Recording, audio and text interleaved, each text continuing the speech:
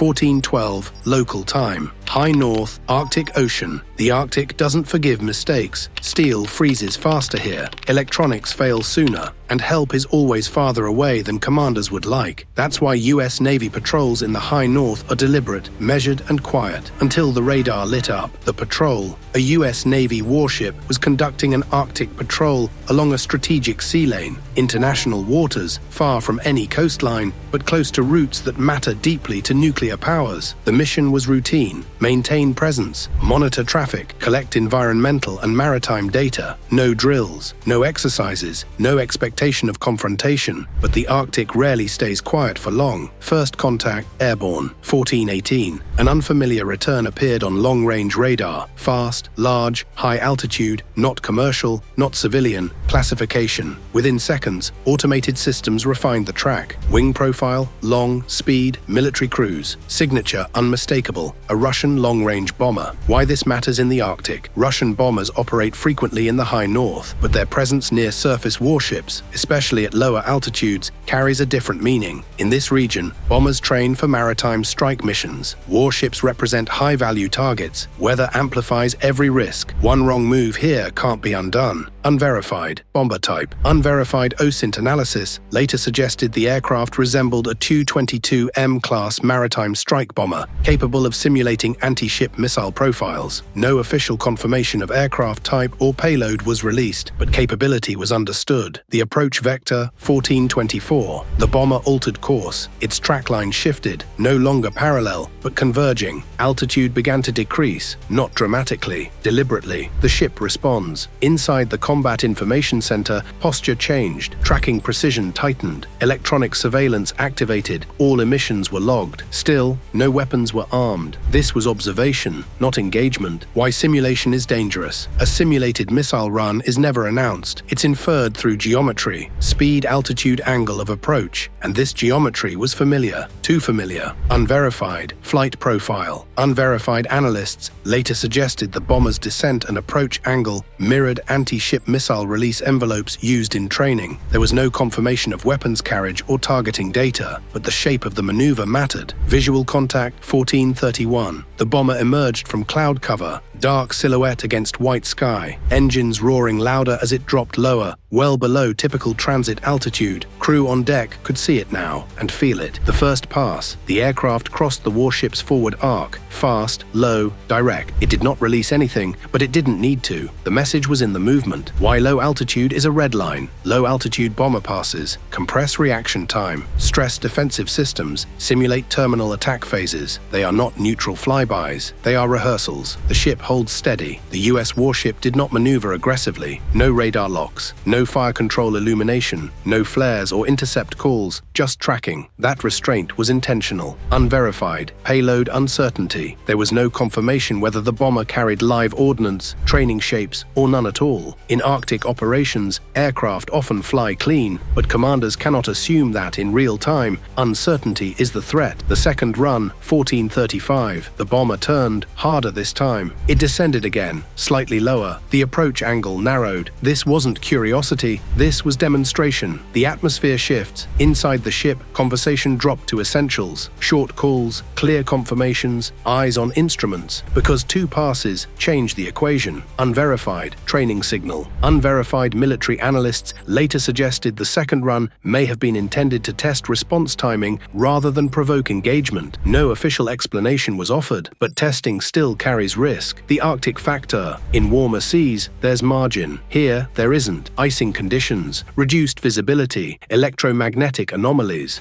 Any misjudgment at low altitude could mean disaster for either side. The bomber climbs, but stays close. 1439. The aircraft pulled up, gained altitude, but remained inside the patrol area, lingering, watching. The bigger picture emerges. At higher command levels, analysts began connecting dots. Other Russian air activity, naval movements elsewhere in the Arctic, satellite tasking shifts. This wasn't an isolated moment. It was was a pattern forming. Unverified, coordinated activity. Unverified reports later suggested increased Russian military activity across multiple Arctic sectors during the same window. No official linkage was confirmed. Still, timing matters. The ship receives new contact data. As the bomber held distance, a new alert appeared. Another airborne contact, different altitude, different speed, different purpose. The situation was evolving. The red line holds for now. No missiles were fired, no interceptors launched, but the encounter had crossed from routine patrol to strategic signaling, and what happened next would determine whether this remained a demonstration or became something far more serious. Cliffhanger. The bomber had shown its capability. Now it was America's turn to decide how to answer, not with panic, not with force, but with presence. Arctic Ocean, high north, 1441, local time. The bomber didn't leave. It climbed, but it didn't go away. From the Combat Information Center, the radar picture showed the Russian aircraft widening its orbit, settling into a high-altitude track that kept the US warship well within sensor range. The move was subtle, but unmistakable. This was Overwatch, the shift from provocation to pressure. Provocations are brief, pressure endures. The simulated missile runs were over, for now, but the encounter had entered a more dangerous phase, one where patience, not aggression, would decide the outcome. Because once a bomber transitions from low-level passes to sustained observation, the message changes. We've shown you what we can do. Now we're watching how you respond.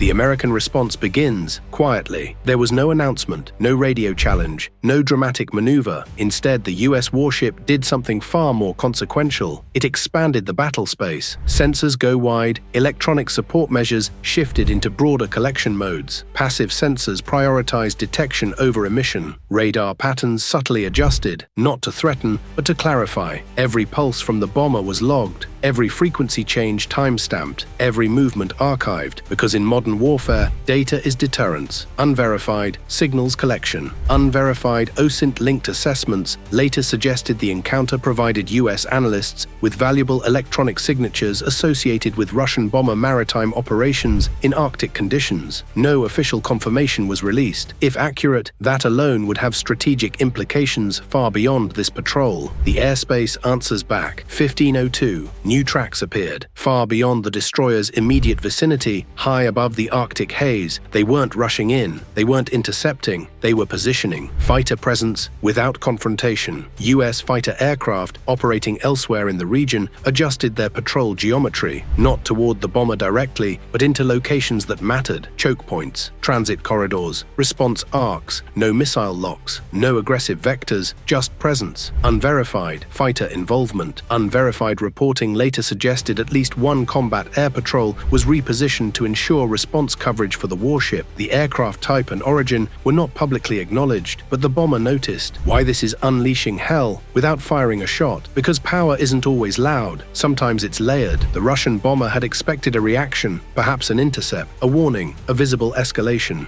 Instead, it received something more unsettling, a reminder that it was not alone in the Arctic sky. The bomber's behavior changes. 1511. Speed reduced slightly. Orbit widened further. Altitude stabilized. These are small changes, but pilots don't make them casually. They reflect reassessment. Unverified, command awareness. Unverified analysis later suggested the bomber crew may have received updated guidance mid-mission. There is no confirmation of real-time command intervention, but behavior shifts aligned with increased US air presence. Again, unverified, but patterns speak. The undersea question returns. While attention remained on the sky, sonar crews aboard the US warship never relaxed, because in the Arctic, air activity often masks subsurface movement, and bombers don't operate in isolation from submarines. Unverified, no confirmed sub-contact, no confirmed submarine contact was reported during this incident. However, analysts later noted that the combination of surface noise, air activity, and environmental conditions could complicate detection. The absence of contact does not equal absence of presence. The long standoff.